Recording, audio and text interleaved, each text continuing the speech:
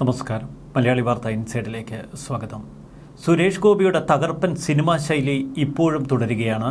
ഏറ്റവും ഒടുവിലിത പാലക്കാട് തന്നാൽ കേരളവും അങ്ങെടുക്കുമെന്ന് സുരേഷ് ഗോപി. പാലക്കാട് ഉപതെരഞ്ഞെടുപ്പിലുള്ള BJPയുടെ ഒരുക്കം തുടങ്ങിയ പ്രചരണ പരിപാടിയിലാണ് സുരേഷ് ഗോപിയുടെ അടുത്ത മാസ് ഡയലോഗ്. തുടർച്ചയായ നഗരസഭാ ഭരണം, കഴിഞ്ഞ 2 നിയമസഭാ തെരഞ്ഞെടുപ്പുകളിലും പാലക്കാട് രണ്ടാമതെത്തി എന്ന ഇരട്ടി ആത്മവിശ്വാസം, ഒടുവിൽ തൃശൂരിലെ ജയം പാലക്കാടും ആവർത്തിക്കാമെന്ന ആത്മവിശ്വാസത്തിലാണിപ്പോൾ BJP ക്യാമ്പ്. കഴിഞ്ഞ ഉപതെരഞ്ഞെടുപ്പിൽ ശ്രീധരനെ കളത്തിലിറക്കി ഇഞ്ചോടിഞ്ച് മത്സരമാണ് BJP കാഴ്ചവെച്ചത്. ഇക്കുറി തൃശൂരിങ്ങെടുത്ത സുരേഷ് ഗോപിയെ മുഖ്യ പ്രചാരകനായി പാലക്കാട്ടേക്ക് BJP ഉപയോഗപ്പെടുത്തും. മന്ത്രി പദവി ഏറ്റെടുത്താലും അഭിനയം താൻ തുടരുമെന്ന് സുരേഷ് ഗോപി ആദ്യമേ പ്രഖ്യാപിച്ചിരുന്നു. അത്തരത്തിലാണ് സുരേഷ് ഗോപിയുടെ നീക്കങ്ങൾ. ഇക്കഴിഞ്ഞ ദിവസം സുരേഷ് ഗോപി ഒരു വിവാദ പ്രസംഗവും നടത്തി. ഉദ്ഘാടനത്തിനൊക്കെ എത്തുക MP ആയിട്ടായിരിക്കില്ല, പകരം സിനിമാ നടൻ എന്ന നിലയിലായിരിക്കും. അതിനൊക്കെ പണം വാങ്ങുമെന്നും സുരേഷ് ഗോപി പറഞ്ഞു. ഇതാണ് ഇപ്പോൾ സമൂഹ മാധ്യമങ്ങളിൽ സുരേഷ് ഗോപിക്കെതിരെ ഇടത് കേന്ദ്രങ്ങൾ വ്യാപകമായി പ്രയോഗിക്കുന്ന തുറുപ്പുചീട്ട്. തൃശൂർ MPയും കേന്ദ്ര സഹമന്ത്രിയുമായ സുരേഷ് ഗോപി ഇത്തരത്തിൽ പ്രസംഗിച്ചത് ശരിയായില്ല എന്ന നിലപാടാണ് മിക്കവർക്കും. 24 മണിക്കൂറും ജനങ്ങൾക്ക് വേണ്ടി സ്വയം സമർപ്പിച്ച് ജീവിക്കുന്നവരായിരിക്കണം MPമാർ. സിനിമാഭിനയം തുടരും എന്ന സുരേഷ് ഗോപിയുടെ പ്രഖ്യാപനമാണ് കേന്ദ്ര സഹമന്ത്രി സ്ഥാനത്ത് സ്വതന്ത്ര ചുമതല പോലും നൽകാതെ സുരേഷ് ഗോപി ഒതുക്കപ്പെടാൻ കാരണം. അതുകൊണ്ട് തന്നെ പുതിയ പ്രസംഗത്തിൽ നരേന്ദ്രമോദി രൂക്ഷമായി സുരേഷ് ഗോപിയെ വിമർശിച്ചു എന്ന തലത്തിലൊക്കെ ചില വാർത്തകൾ പരക്കുന്നു. എല്ലാം സഹിച്ച് സുരേഷ് ഗോപിയെ എന്തിന് BJP ചുമക്കുന്നു എന്ന് ചിലർ സമൂഹ മാധ്യമങ്ങളിൽ കുറിക്കുന്നു.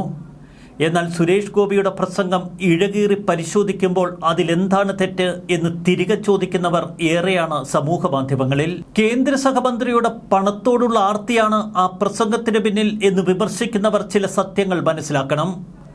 ഈ വിവാദങ്ങളൊക്കെ നേടിക്കൊടുക്കുന്നത് സുരേഷ് ഗോപിക്ക് കൂടുതൽ താരത്തിളക്കമാണ്. ഒരു ജനകീയ നേതാവ് എന്ന നിലയിൽ സുരേഷ് ഗോപിയുടെ ബ്രാൻഡ് വാല്യൂ വളർത്താൻ മാത്രമേ ഇത്തരം വിവാദങ്ങൾ ഉപകരിക്കപ്പെടൂ. അതുകൊണ്ട് തന്നെ പാലക്കാട്ടേക്ക് എത്തുന്ന സുരേഷ് ഗോപി കൂടുതൽ കരുത്തനായി മാറുന്നു എന്നർത്ഥം. MPയും മന്ത്രിയുമായിരിക്കെ പണം വാങ്ങി ഉദ്ഘാടനം നടത്തുന്നതിന് പിന്നിൽ നിയമപരവും ഭരണഘടനാപരവുമായ തടസ്സങ്ങളൊന്നുമില്ല എന്ന് നിയമവിദഗ്ധർ പറയുന്നു. നിയമത്തെക്കാൾ കൂടുതൽ അതൊക്കെ നൈതികമായ വിഷയങ്ങളാണ് എന്ന് വിദഗ്ധർ പറയുമ്പോൾ സുരേഷ് ഗോപിയുടെ പ്രസംഗം ഒന്നുകൂടി നമ്മൾ പരിശോധിക്കേണ്ടിയിരിക്കുന്നു. ഞാൻ ഇനിയും സിനിമ ചെയ്യും, എൻ്റെ സിനിമകളിൽ നിന്ന് കിട്ടുന്ന ശമ്പളത്തിൻ്റെ 5 മുതൽ 8% അത് നൽകാനേ എനിക്ക് അവകാശമുള്ളൂ. കണക്കുകളൊക്കെ കൊടുക്കേണ്ടേ? അങ്ങനെ വരുമ്പോൾ കാശിന് വ്യക്തികൾക്കല്ല, പ്രധാനമായും ജനങ്ങൾക്കും സമൂഹത്തിനും ഉപകാരപ്പെടുന്ന കാര്യങ്ങളിലേക്ക് അത് വന്നിരിക്കും. അതിനുവേണ്ടി ഇനി മറ്റു പിരിവുകൾ ഉണ്ടാകില്ല. ഒരു കാര്യം ഞാൻ ഉറപ്പു തരാം, പിരിവുണ്ടാകും. ഏതെങ്കിലും പരിപാടിക്ക് പോകുമ്പോൾ MPയെ കൊണ്ട് ഉദ്ഘാടനം ചെയ്യിക്കാം എന്ന് വിചാരിക്കുകയേ വേണ്ട. അവിടെ സിനിമാ നടനായിട്ടേ ഞാൻ വരൂ. അതിന് യോഗ്യമായ ശമ്പളം എൻ്റെ സഹപ്രവർത്തകർ വാങ്ങുന്ന തരത്തിൽ വാങ്ങിയേ ഞാൻ പോകൂ. അതിൽ നിന്ന് നയാ പൈസ ഞാൻ എടുക്കില്ല. അതെൻ്റെ ട്രസ്റ്റിലേക്ക് പോകും. ഞാൻ നേരത്തെ സൂചിപ്പിച്ച കാര്യങ്ങൾക്കായി ആ പണം ഉപയോഗിക്കും. തൃശ്ശൂരിലെ ജനങ്ങളാണ് ഒരു ഉത്തരവാദിത്വം ഏൽപ്പിച്ചിരിക്കുന്നതെങ്കിൽ നിങ്ങളുടെയൊന്നും ഉപദേശം ആവശ്യമില്ല. കൃത്യമായി തന്നെ നിർവഹണം നടത്തിയിരിക്കും. അതിനുള്ള ചങ്കൂറ്റമുണ്ട് എന്ന് നേരത്തെ തന്നെ തെളിയിച്ചതാണ്. പറഞ്ഞതൊന്നും വെറുതെ പറഞ്ഞതല്ല.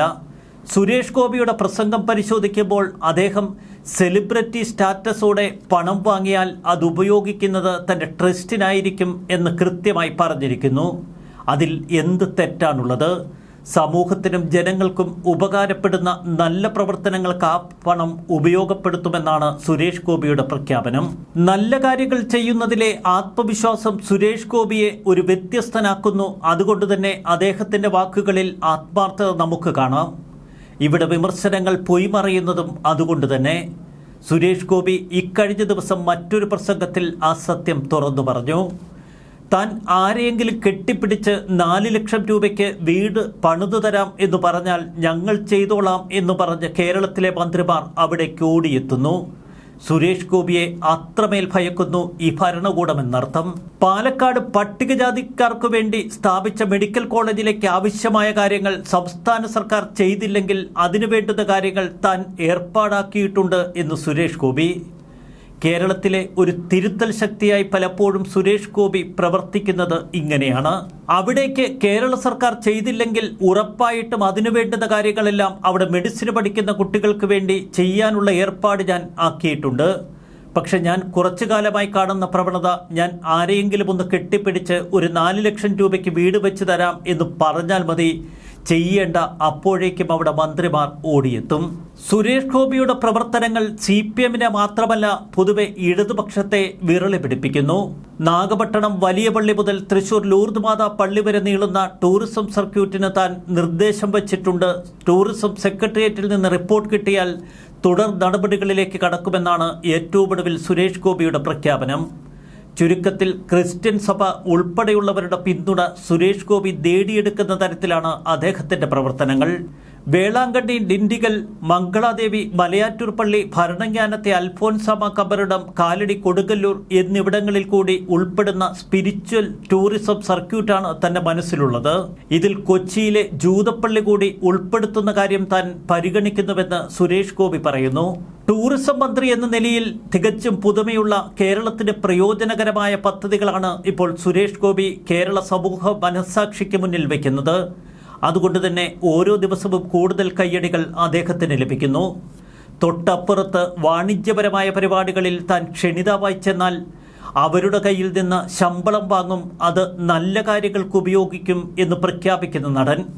ഇതിലൊന്നും തെറ്റ് കണ്ടുപിടിക്കാൻ പറ്റാതെ വരുമ്പോൾ പരിഹസിക്കുന്നവർക്ക് നേരെ ജനം കയ്യോകുന്നു എന്നതാണ് ഇപ്പോൾ സുരേഷ് ഗോപിക്ക് കിട്ടുന്ന പ്ലസ് പോയിന്റ്. അവിടെ പാലക്കാട് തന്നാൽ കേരളം ഇങ്ങെടുക്കും എന്ന് സുരേഷ് ഗോപി ചേർത്ത് പറയുമ്പോൾ ഭയപ്പെടാനുണ്ട് ഇടതുപക്ഷം എന്ന് വ്യക്തം. ന്യൂസ് ഡെസ്ക്, മലയാളി വാർത്ത, ഇൻസൈഡ്.